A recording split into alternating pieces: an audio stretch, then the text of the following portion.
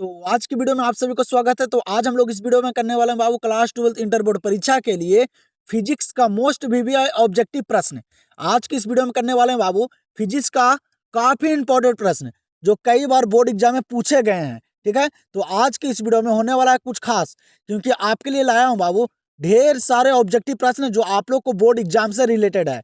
आप लोग जो है ये सारे प्रश्न को कर लीजिए, क्योंकि बाबू यहाँ से आप लोग को काफी सारे प्रश्न जो है वो फाइनल बोर्ड परीक्षा में देखने के लिए मिलेगा, क्योंकि ये जो प्रश्न है सारे प्रश्न गेसिंग किया गया प्रश्न है।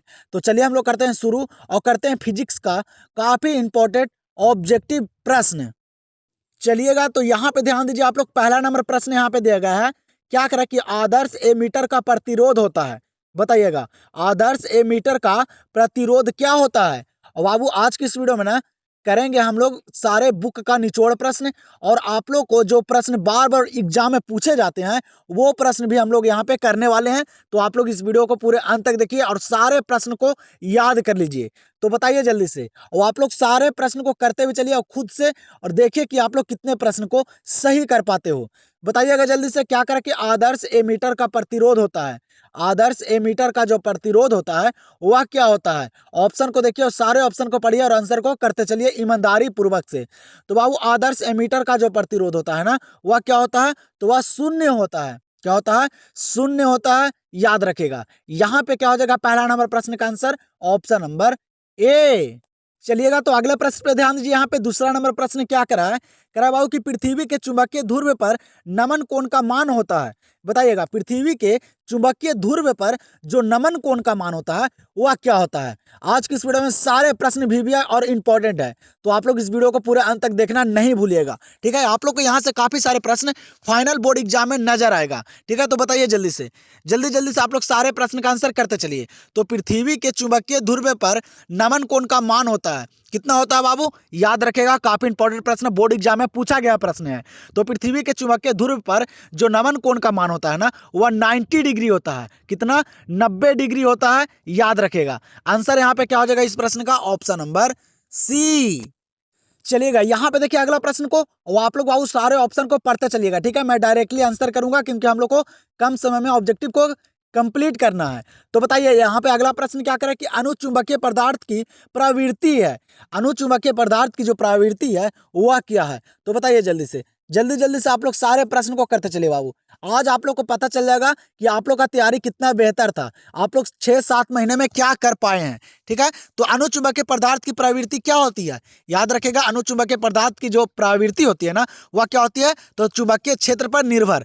क्या होती है बाबू, चुंबकीय क्षेत्र पर निर्भर बाबू अनुचुंबकीय पदार्थ की प्रवृत्ति होती है, याद रखेगा। आंसर यहाँ पे हो जाएगा ऑप्शन नंबर डी। चलिए, तो अगला प्रश्न को देखिए, काफी इंपॉर्टेंट प्रश्न है। क्या करें कि किसी धातु का पैरावैद्युतांक होता है। बताइए तो किसी धातु का बाबू जो पैरावैद्युतांक होता है वह कितना होता है। -1 होता है कि 0 होता है कि 1 होता है कि अनंत होता है। बताइएगा जल्दी से, किसी धातु का पैरावैद्युतांक कितना होता है। याद रखेगा, ये प्रश्न भी एग्जाम में आया गया प्रश्न है।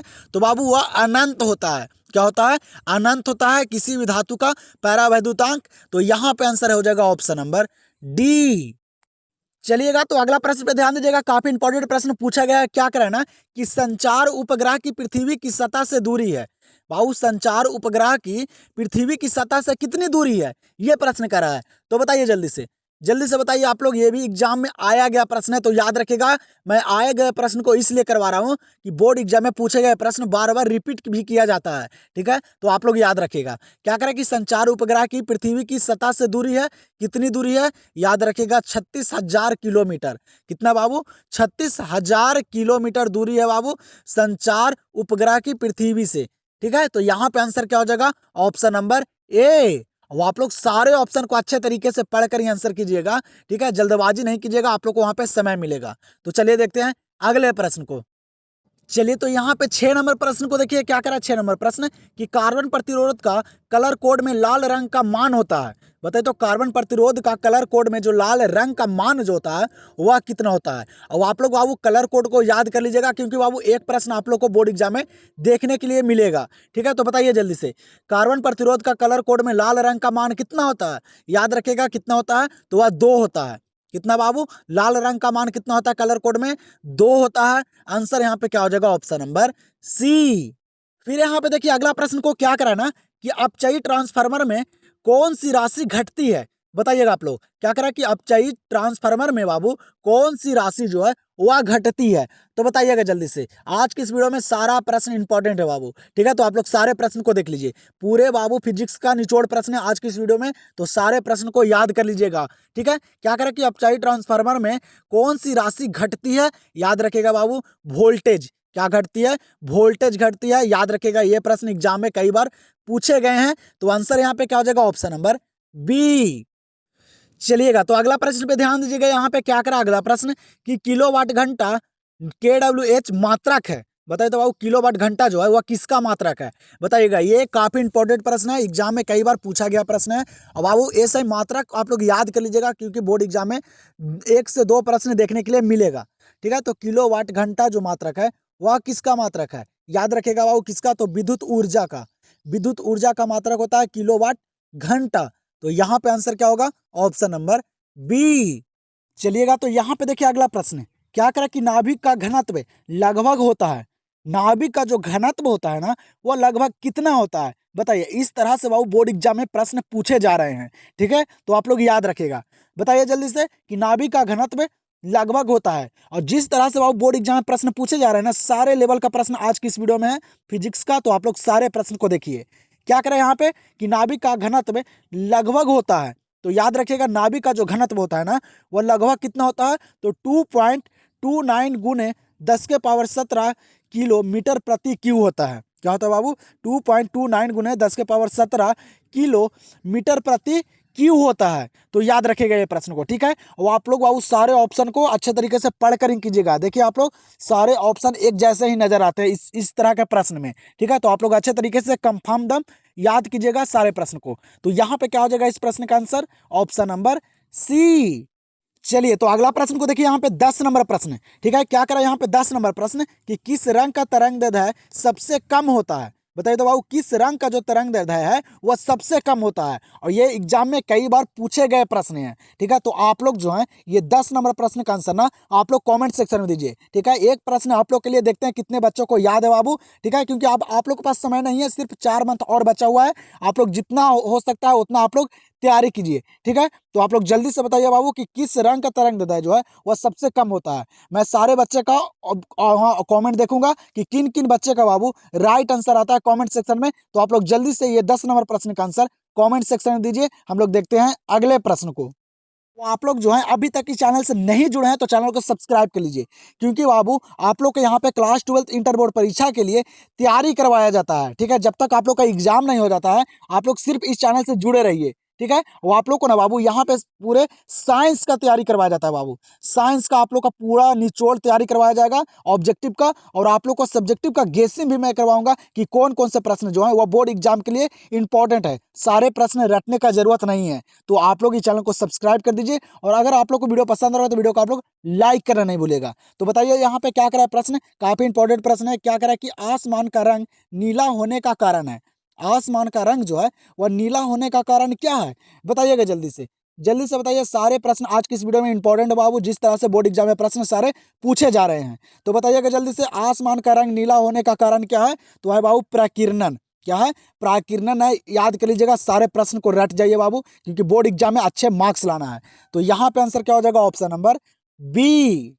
चलिए बाबू तो अगला प्रश्न को देखिए। यहाँ पे क्या करें अगला प्रश्न कि संयुक्त सूक्ष्मदर्शी में प्रतिबिंब बनता है। बताइए तो संयुक्त सूक्ष्मदर्शी में बाबू जो प्रतिबिंब बनता है वह कैसा प्रतिबिंब बनता है? ये प्रश्न कर रहा है यहाँ पे, ठीक है। तो बताइएगा जल्दी से। तो याद रखेगा संयुक्त सूक्ष्मदर्शी में जो प्रतिबिंब बनता है ना वह कैसा बनता है? तो आभासी और उल्टा बनता है। कैसा बाबू? आभासी और उल्टा प्रतिबिंब बनता है। याद रखेगा। आंसर यहाँ पे क्या हो जाएगा? Option number C. चलिए बाबू तो अगला प्रश्न को देखिए। यहाँ पे काफी इंपॉर्टेंट प्रश्न है, बोर्ड एग्जाम में कई बार ये प्रश्न पूछे गए हैं, ठीक है। क्या करें यहाँ पे कि आवेश का बीमा होता है। आवेश का जो बीमा होता है वह क्या होता है? तो बताइएगा। बीमा से बाबू आप लोग को 1 से 2 प्रश्न वहाँ बोर्ड एग्जाम में देखने के लिए मिलेगा, याद रखेगा। और ये आवेश का बीमा जो है ना ये कई बार एग्जाम में पूछे गए प्रश्न है, इसको आप लोग रट जाइए, याद कर लीजिएगा। तो आवेश का बीमा क्या होता है बाबू? याद रखेगा। आवेश का बीमा जो होता है ना वह 80 होता है। क्या होता है? 80 होता है। याद कर लीजिएगा। आंसर यहाँ पे हो जाएगा ऑप्शन नंबर ए। यहाँ पे देखिए काफी इंपॉर्टेंट प्रश्न है बाबू। क्या करा है ना कि हाइड्रोजन स्पेक्ट्रम में कौन सी श्रेणी दृश्य भाग में होती है। क्या करा है कि हाइड्रोजन स्पेक्ट्रम में कौन सी श्रेणी जो है वह दृश्य भाग में होती है, ये प्रश्न करा है। तो बताइएगा जल्दी से, याद रखेगा बाबू। क्या करा कि हाइड्रोजन स्पेक्ट्रम में जो बाबू दृश्य भाग जो होती है ना वह किस श्रेणी में होती है, याद रखिएगा वह बामर श्रेणी में होती है। किस श्रेणी में? बामर श्रेणी में। आंसर यहाँ पे हो जाएगा ऑप्शन नंबर बी। चलिए तो फिर यहाँ पे देखिए अगला प्रश्न क्या करा है ना कि कैनोड किरणें होती है। बताइएगा कैनोड किरणें जो होती है वह क्या होती है, इलेक्ट्रॉन होती है, न्यूट्रॉन होती है, प्रोटॉन होती है कि फोटोन होती है। बताइएगा जल्दी से, बताइए तो कैनोड किरणें जो होती है वह क्या होती है, याद रखिएगा कैनोड किरणें जो होती है ना बाबू वह इलेक्ट्रॉन होती है। क्या होती है? इलेक्ट्रॉन होती है, याद रखिएगा कैनोड किरणें क्या होती है तो वह इलेक्ट्रॉन होती है। आंसर यहाँ पे क्या हो जाएगा ऑप्शन नंबर ए। चलिए तो यहाँ पे देखिए 16 नंबर प्रश्न को, 16 नंबर प्रश्न क्या करा है कि निम्नलिखित में से किसका अपर्तनांक सबसे अधिक होता है। बताइएगा बाबू यहाँ पे किसका अपर्तनांक जो है वह सबसे ज्यादा होता है, सबसे अधिक होता है। तो बताइए जल्दी से, ये प्रश्न इंपॉर्टेंट है, ठीक है। तो बताइएगा जल्दी से, सारे प्रश्न बाबू आज की इस वीडियो में इंपॉर्टेंट है। तो आप लोग इस वीडियो को पूरे अंत तक देखिए और 1 से 2 बार बाबू इस वीडियो को देख लीजिएगा, क्योंकि बाबू पूरे बुक का यहाँ पे प्रश्न है बाबू, ठीक है। आज आप लोग को यहाँ से पता चल जाएगा कि आप लोग का तैयारी कितना बेहतर है। तो बताइए जल्दी से, क्या करा कि निम्नलिखित में से किसका अपर्तनांक सबसे अधिक होता है। अपर्तनांक सबसे ज्यादा सबसे अधिक किसका होता है, याद रखेगा बाबू हीरा का। हीरा का अपर्तनांक होता है ना वह सबसे अधिक होता है। क्या होता है? सबसे अधिक होता है। 2.42 होता है बाबू हीरा का अपर्तनांक, याद रखेगा। आंसर यहाँ पे हो जाएगा ऑप्शन नंबर डी। चलिएगा तो अगला प्रश्न को देखिए, यहाँ पे क्या करा है कि आयाम अधिमिश्रण में अधिमिश्रित सूचनांक होता है। बताइएगा आयाम अधिमिश्रण में बाबू अधिमिश्रित सूचनांक जो होता है वह क्या होता है। तो याद रखेगा वह 0 से 1 के बीच होता है। क्या होता है? 0 से 1 के बीच बाबू आयाम अधिमिश्रण में अधिमिश्रित सूचनांक होता है। आंसर यहाँ पे होगा क्या, ऑप्शन नंबर बी। पे प्रश्न देखिए, अगला प्रश्न क्या कर रहा है ना कि प्रकाश के रंग का कारण है। प्रकाश के जो रंग का यहाँ पे कारण है वह क्या है? इसकी आवृत्ति है, इसका वेग है कि कला है कि आयाम है। बताइएगा बाबू, बताइए। आज के इस वीडियो में सारे प्रश्न इंपॉर्टेंट है, सिर्फ आप लोग को याद करना है, ठीक है। यहाँ से आप लोग को ना काफी सारे प्रश्न फाइनल बोर्ड एग्जाम में देखने के लिए मिलेगा, क्योंकि सारे प्रश्न गेसिंग किए गए प्रश्न, सारे इंपॉर्टेंट प्रश्न है। तो बताइएगा जल्दी से, प्रकाश के रंग का कारण क्या है, याद रखेगा बाबू इसकी आवृत्ति। क्या है? इसकी आवृत्ति है बाबू प्रकाश के रंग का कारण। आंसर यहाँ पे क्या होगा, ऑप्शन नंबर ए। चलिएगा तो यहाँ पे ध्यान दीजिएगा अगला प्रश्न पे। क्या करा कि डायनेमो के कार्य का सिद्धांत आधारित है। डायनेमो के कार्य का सिद्धांत जो आधारित है वह किस पे आधारित है, जल्दी से बताइए आप लोग, जल्दी से बताइए तो। डायनेमो के कार्य का सिद्धांत आधारित है वह किस पे आधारित है, याद रखेगा ये भी इंपॉर्टेंट प्रश्न बाबू। जो डायनेमो को कार्य का जो सिद्धांत आधारित है ना वह बाबू विद्युत चुंबकीय प्रेरणा पे आधारित है। किस पे? विद्युत चुंबकीय प्रेरणा पे आधारित है, याद रखेगा। आंसर यहाँ पे हो जाएगा ऑप्शन नंबर बी। चलिए यहाँ पे प्रश्न को देखिए, क्या करें कि किसी सांद्रित्र की धारिता निर्भर नहीं करती है। बताइए तो, किसी सांद्रित्र की जो धारिता है वह निर्भर नहीं करती है, किस पे निर्भर नहीं करती है। तो बताइएगा जल्दी से, जल्दी से बताइए बाबू। किसी सांद्रित्र की धारिता निर्भर नहीं करती है, किस पे? प्लेटों की आकृति पे, कि प्लेटों की आवेश पर, कि प्लेटों की आकार पर, कि प्लेटों के बीच अंतराल पर। तो याद रखेगा ये प्रश्न को बाबू। क्या करा है ना कि किसी सांद्रित्र की धारिता निर्भर नहीं करती है, वह किस पे निर्भर नहीं करती है, याद रखेगा प्लेटों के आवेश पर। किस पे? प्लेटों के आवेश पर बाबू निर्भर नहीं करती है। आंसर यहाँ पे हो जाएगा ऑप्शन नंबर बी। चलिएगा तो यहाँ पे ध्यान दीजिएगा अगला प्रश्न पे। क्या करें कि स्वप्रेरकत्व का एसआई मात्रक है। और आप लोग एसआई मात्रा को पूरे याद करके जाइएगा, क्योंकि बोर्ड एग्जाम में आप लोग को 1 से 2 प्रश्न नजर आएंगे, ठीक है। तो आप लोग एसआई मात्रा को अच्छे तरीके से याद कर लीजिएगा बाबू, ठीक है। क्या करें कि स्वप्रेरकत्व का एसआई मात्रक है। और आप लोगों के पास अब ज्यादा समय नहीं है, तो आप लोग जितना हो सकता है उतना आप लोग अपने आप पे टाइम दीजिए और अच्छे तरीके से पढ़ाई कीजिए, क्योंकि बोर्ड परीक्षा का अब ज्यादा समय नहीं बचा हुआ है, ठीक है। बाकी मैं यहाँ पे आप लोग को पूरा ऑब्जेक्टिव करवाऊंगा बाबू सारे विषय का, ठीक है। ऑब्जेक्टिव और सब्जेक्टिव और गेसिंग भी करवाऊंगा कि कौन कौन से प्रश्न इंपॉर्टेंट है।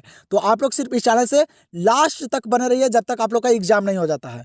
तो बताइए जल्दी से, स्वप्रेरकत्व का ऐसा मात्रा क्या होता है। तो वह होता है बाबू हेनरी। क्या होता है? हेनरी होता है। आंसर यहाँ पे हो जाएगा क्या, ऑप्शन नंबर डी। चलिएगा तो यहाँ पे देखिए 22 नंबर प्रश्न को क्या करा है। 22 नंबर प्रश्न कि फोटोन का विराम द्रव्यमान होता है। क्या करा है कि फोटोन का विराम द्रव्यमान जो होता है वह क्या होता है। तो याद रखिएगा बाबू, फोटोन का जो विराम द्रव्यमान होता है ना वह शून्य होता है। क्या होता है? शून्य होता है। क्या होता है बाबू? शून्य होता है फोटोन का विराम द्रव्यमान। आंसर यहाँ पे हो जाएगा ऑप्शन नंबर ए। चलिए अगला प्रश्न को देखिए, यहाँ पे 23 नंबर प्रश्न काफी इंपॉर्टेंट प्रश्न है बाबू। क्या करे कि सौर ऊर्जा का स्रोत होता है। सौर ऊर्जा का स्रोत जो होता है वह क्या होता है, बताइएगा जल्दी से बताइए। ये भी एग्जाम में पूछा गया प्रश्न बाबू, 2021 के पेपर में यह प्रश्न पूछा गया है। तो बताइए जल्दी से। सौर ऊर्जा का स्रोत होता है, तो सौर ऊर्जा का जो स्रोत होता है ना वह नाभिकीय संलयन होता है। क्या होता है? नाभिकीय संलयन होता है। आंसर यहाँ पे क्या हो जाएगा? Option number D. चलिएगा तो यहाँ पे अगला प्रश्न को देखिए, क्या करा है ना कि 1 हेनरी बराबर होता है। 1 हेनरी बराबर जो होता है वह कितना होता है, यह प्रश्न करा है। तो बताइएगा जल्दी से। 1 हेनरी बराबर जो होता है ना बाबू वह कितना होता है, तो वह होता है 10 के पावर 3 मिली हेनरी। क्या होता है? 10 के पावर 3 मिली हेनरी होता है बाबू 1 हेनरी बराबर। याद रखिएगा, एग्जाम में आया गया प्रश्न है। आंसर यहाँ पे हो जाएगा ऑप्शन नंबर ए। चलिए बाबू तो यहाँ पे देखिए 25 नंबर प्रश्न। अब आज की वीडियो में ना हम लोग 25 ही प्रश्न करेंगे और अगले वीडियो में ना आप लोग को 70 प्रश्न मैं करवाऊंगा बाबू, जो आप लोग को काफी इंपॉर्टेंट रहेगा। ठीक है, आप लोग को 70 प्रश्न करवाऊंगा जो आप लोग को काफी बोर्ड एग्जाम से रिलेटेड प्रश्न रहेगा बाबू। तो आप लोग जो है चैनल को सब्सक्राइब कर लीजिए और वीडियो पसंद आएगा तो वीडियो को आप लोग लाइक कर लीजिए। ठीक है, तो यहाँ पे क्या करा है ना प्रश्न करा है बाबू 25 नंबर प्रश्न की कार्बन प्रतिरोध के हरे रंग के कोड का मान है। बताइए तो बाबू, कार्बन प्रतिरोध के हरे रंग के कोड का मान है। यहाँ पे हरे रंग के कोड का मान पूछ रहा है यहाँ पे। तो बताइए जल्दी से। आप लोग पढ़े होंगे तो आप लोग को पता होगा बाबू, और जैसे कि मैं बताया हूँ आप लोग को कि आप लोग कलर कोड को याद कर लीजिएगा। बोर्ड एग्जाम में 1 से 2 प्रश्न देखने के लिए मिलेगा। ठीक है, तो आप लोग अच्छे तरीके से याद कर लीजिएगा। तो बताइएगा जल्दी से, कार्बन प्रतिरोध के हरे रंग के कोड का मान जो होता है वह कितना होता है, तो वह बाबू होता है 5। कितना होता है? हरा का मान 5 होता है। तो आंसर यहाँ पे क्या हो जाएगा 25 नंबर प्रश्न का? Option number C. और आप लोग अभी तक इस चैनल से जुड़े नहीं है तो आप लोग चैनल को सब्सक्राइब कर लीजिए। वीडियो आप लोग को पसंद होगा तो वीडियो को आप लोग लाइक कर लीजिएगा। और आप लोग को इसी तरह से बाबू सारे विषय का मैं ऑब्जेक्टिव करवाऊंगा इस चैनल पे। तो आप लोग इस चैनल को सब्सक्राइब कर लीजिएगा। इस चैनल आप लोग के लिए है बाबू, सिर्फ साइंस वालों के लिए। ठीक है, तो आप लोग इस चैनल को सब्सक्राइब कर लीजिए। तो हम लोग मिलते हैं अगले वीडियो में इसी धमाके के साथ अगले टॉपिक पे।